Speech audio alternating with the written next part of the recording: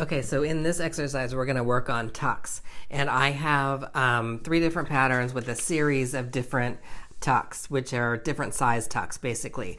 This pattern piece, I have 1/8 inch and 1/4 inch tucks, and all of these measurements are for the finished width. So 1/8 and 1/4 tucks, and then I have 3/8 inch tucks, and I have 1/2 inch tucks.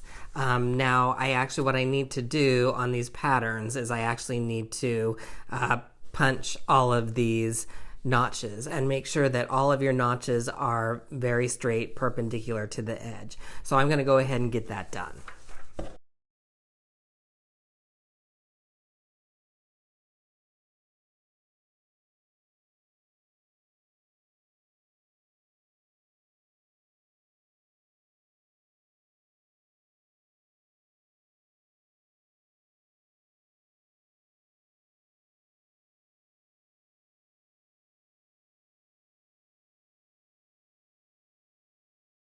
Okay, so now that I have everything punched, let's kind of talk about these really quick. So what's the difference between tucks and pleats? Well, if you remember from the pleat exercise, we're just folding the notch to notch and stitching it down. You notice that on either end of these patterns I have notches and they line up with each other. So what's going to happen is that these are going to be folded together, and then you're going to stitch between each notch all the way down, all the way through the fabric. So that's the difference between a pleat and a tuck, is that it's sewn all the way through the garment. So what I need to do, and we'll talk a little bit about this some more once I get these cut out of the muslin. So let's do that.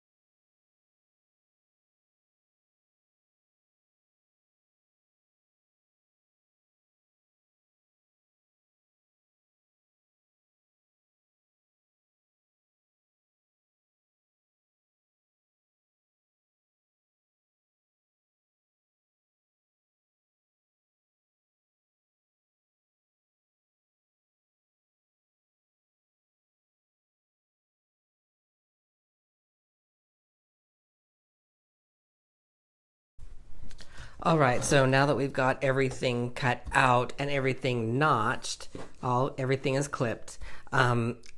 Tucks, like pleats, are usually formed on the face side of the fabric. So let's go ahead and mark the face side of our fabric on all our pieces.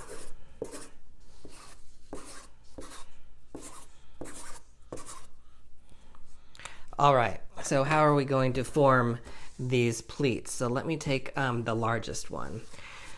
So these are 1/2 inch pleats. The width between each of the notches is 1 inch. When we fold these notches to match each other together, what happens is it folds over, and now we're going to stitch from here, from this notch to this notch. And it still must measure, it's going to measure from the notch to the rolled edge, it's going to measure 1/2 inch. So we'll have a stitch line going all the way down, and we'll do that with all of the other pleats. Now you'll notice that I should have an even number of notches, 2 notches per pleat, so per tuck. So 2 notches for this one, 2 notches here, 2 notches here. So I've got 3 tucks.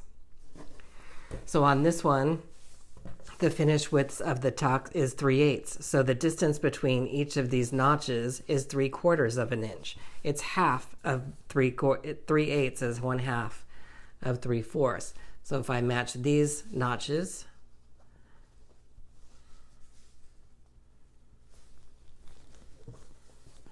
now you could draw a line for your stitch line if you'd like. It's a lot easier when you're in the machine to fold it over and just kind of lightly finger press it to get it to go through the machine. So you did a lot of straight stitching in your previous exercises, so you should be a pro at stitching straight. Now for these smaller ones, this is a 1/4 inch finished, so I have a 1/2 inch between. So you may want to do a little bit more finger pressing on these. I've got these marked. So when you've got this one ready, finger press this, and then for each one, go ahead and finger press it a little harder, and that will keep it together a little bit more. The same thing with these 1/8 inch. This one is really tough. A lot of people might think that these tiny ones will be called pin tucks. We're gonna be doing pin tucks in another level, because pin tucks are right on the edge of the fabric, and these are not on the edge of the folded fabric. They are in 1/8 of an inch. So when you do your pattern,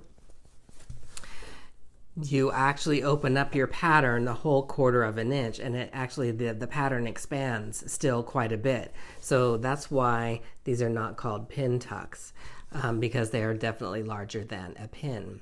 So these are going to be 1/8 inch, and once you've got that folded over, I would do it like I was going to do the 1/4 inch one and finger press that a little bit harder. And then the other ones you can also do that as well. So you already have a nice little pleat for you. Get those lined up really good on each of these pleats. I'm going to fold this. I'm kind of holding it kind of tight, and then I'm just going to finger press right between. The heat from your hands will actually help fold it and crease it. See, I've got those lines now. That is not a stitch line, remember. That is just your crease line. So I'm doing this very carefully to make sure I match those notches so that I know that I'm getting a good 1/8 of an inch. So I'm doing this, I'm showing you on the very small ones because these are probably going to be the most challenging for you. But in the industry, if you say 1/8 inch tucks on a garment, your technical designer, once you get it back from the factory, they're going to actually measure each of these pleats to see if they're 1/8 of an inch finished. And if they're larger or smaller, they're going to send it back and please do it over again. Please follow construction details. So 1/8 of an inch from that edge. All right, and I went ahead and folded those, and you can see those crease lines. So that'll be a little bit easier for us to sew. So I'll start with these ones, and we'll see how we do with all 3 sets of these tucks.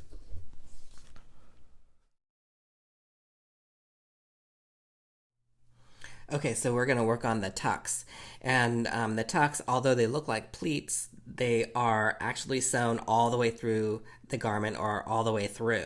So we'll have a row of stitching. Now we have 4 different sizes of tucks, so a 1/2 inch, 3/8 inch, 1/4 inch, and 1/8 of an inch.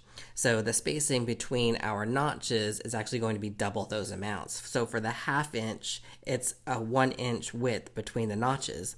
And if we look here, remember that we have notches on both sides of the fabric. So these notches correspond with each other. So when we fold the fabric, we will match those notches.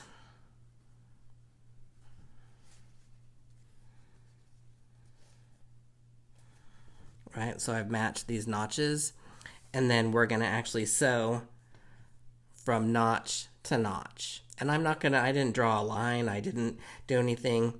If you need to draw a line, that's up to you. But again, we need to practice with using our eye to know how straight we are stitching. And we did all of that stitching practice in level 1, so we should be really good at sewing straight lines by now. So I'm going to make sure that my folds are, and again, one more thing, we are sewing on the face side of the fabric. You see my dark pen mark here. These are on the face side of the fabric. So we will have stitching. So if you're doing a real garment, you probably want to match your thread color, unless it's a design choice where your thread color is a coordinating contrasting color. I've seen some designers do that. So again, match your notches, and it's just sewing straight lines. Once we get everything lined up, I'm going to start and end with a back stitch.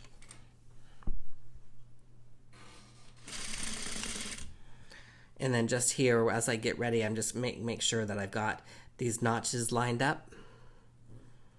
And then what I do is I take this, and you can't see this on camera if I move back just a little bit. You can see that I've got the notch, and I'm going to line this notch up right in alignment with where my needle is.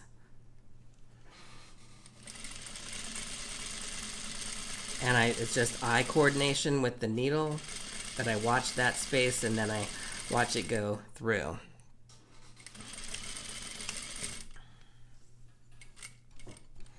Now I know a lot of people talk about not watching the needle, but what you're coordinating with is making sure that this line is right here in the center of this presser foot, right? And because you should be measuring a 1/2 inch for your finished pleat. Well, your finished tuck, actually. All right, so that was the first one. Let's do the second one. Again, it's on the face side. We're gonna match notches on the back side.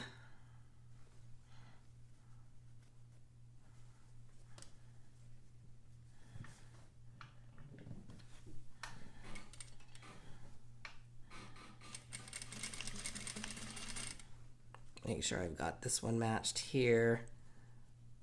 You see that I just kind of started sewing just to hold that there, and then I'm lining this up, looking at my eye, seeing where that notch goes,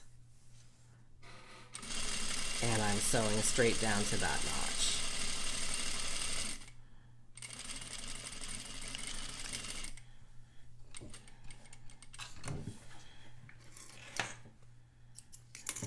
All right. And there are the 2 pleats. I'll go ahead and do this last one, and the next one is going to be the 3/8 and the 1/4, and I will probably just speed the video up a little bit. I'm probably not going to talk through those because it's the same thing. Again, with the smaller ones, we're still matching these notches up here, and we're sewing straight lines between the 2 notches. So I'll speed those videos up, but once I get to the 1/8 tucks, I will come back and I'll talk you through those ones.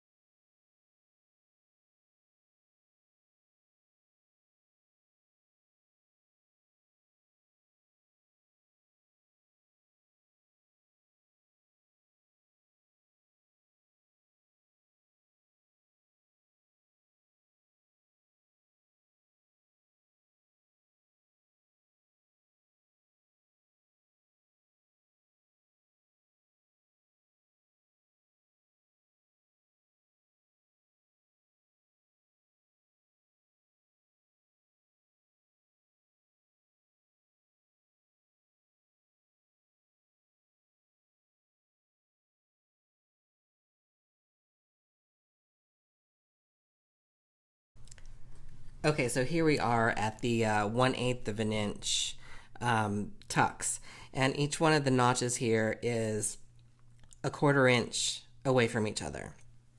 So we have to fold those notch to notch, and it makes a very tiny space. So sometimes that's hard to control. So what I'm going to do is I'm going to clue you in here. So I'm going to go ahead and fold each of these notches, notch to notch. I've got this one going up here. And then I'm going to finger press pretty good that fabric, right? So it stays like that. So at least I have a fold line here. And I've done that on the other ones too. I've folded the notch to notch, because this is such a small width of fabric that when it goes through here, it's just going to barely catch the feed dog on this side of the presser foot. So we want to make sure that the fabric doesn't get bunched up under that. So that's why I'm kind of just pre-folding these and then finger pressing them. Now, if you're working with a very fine fabric, then you could try this, or you could just very lightly pin. What I've also seen in the industry is that on the very edge, in a very fine thread, is that they've been basted there. And if you're doing fine work, like custom work, you actually might want to do that. Take a very fine needle with a very fine thread, possibly a beading needle, and then just right here on the crease is where you would do that basting stitch to hold it down, and then go and do your machine stitching. Now, because it's a narrow width of fabric, I'm going to turn my stitch dial down to a little bit smaller. So I'm going to give this about 14 to 16 stitches per inch.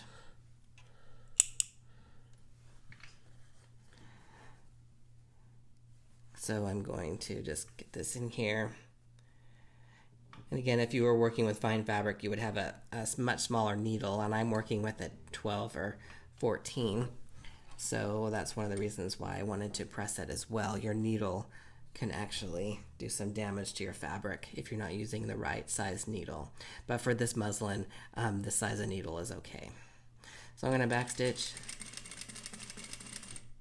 Now, the hard thing is, because it's a very narrow piece of width, you'll have to really judge with your eye with this notch where you're going to, or keep an eye on maybe a landmark here on the presser foot as far as your sewing.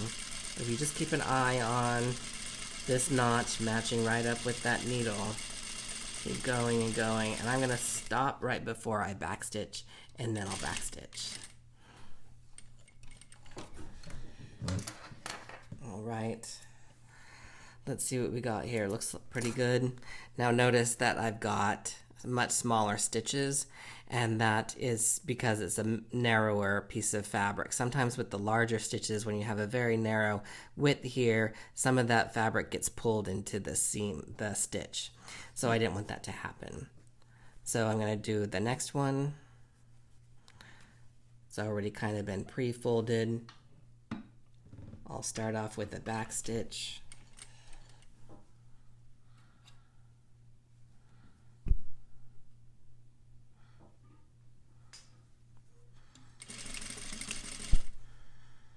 Line up that notch. Whoa, I decided to go really fast.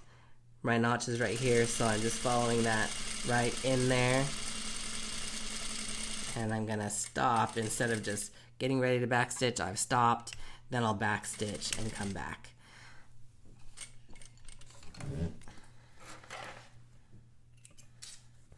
Okay, and I'll do this last one. It's already semi pre-folded and right on that crease. I'm going to make sure the notches are still matching, that they didn't get out of alignment. Again, backstitch. And then just realign yourself with your notches and that fold.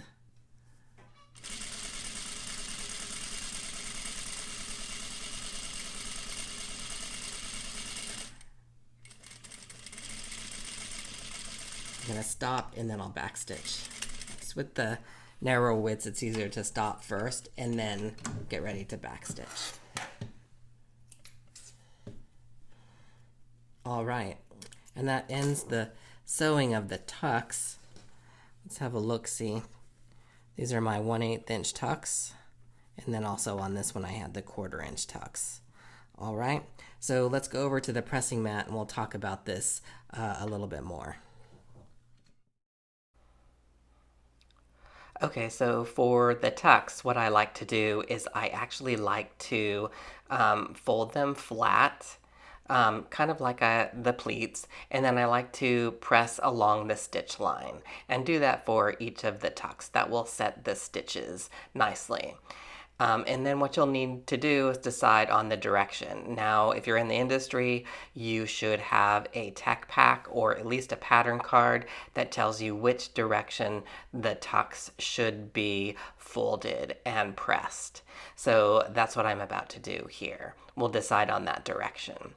Now, just as a side note, there are techniques where you can sew tucks and then you can sew stitch lines to sew the tucks down in reverse directions of each other. And that's something that we actually may do in a later level of sewing. So just decide which direction you want your sample tucks to be going in.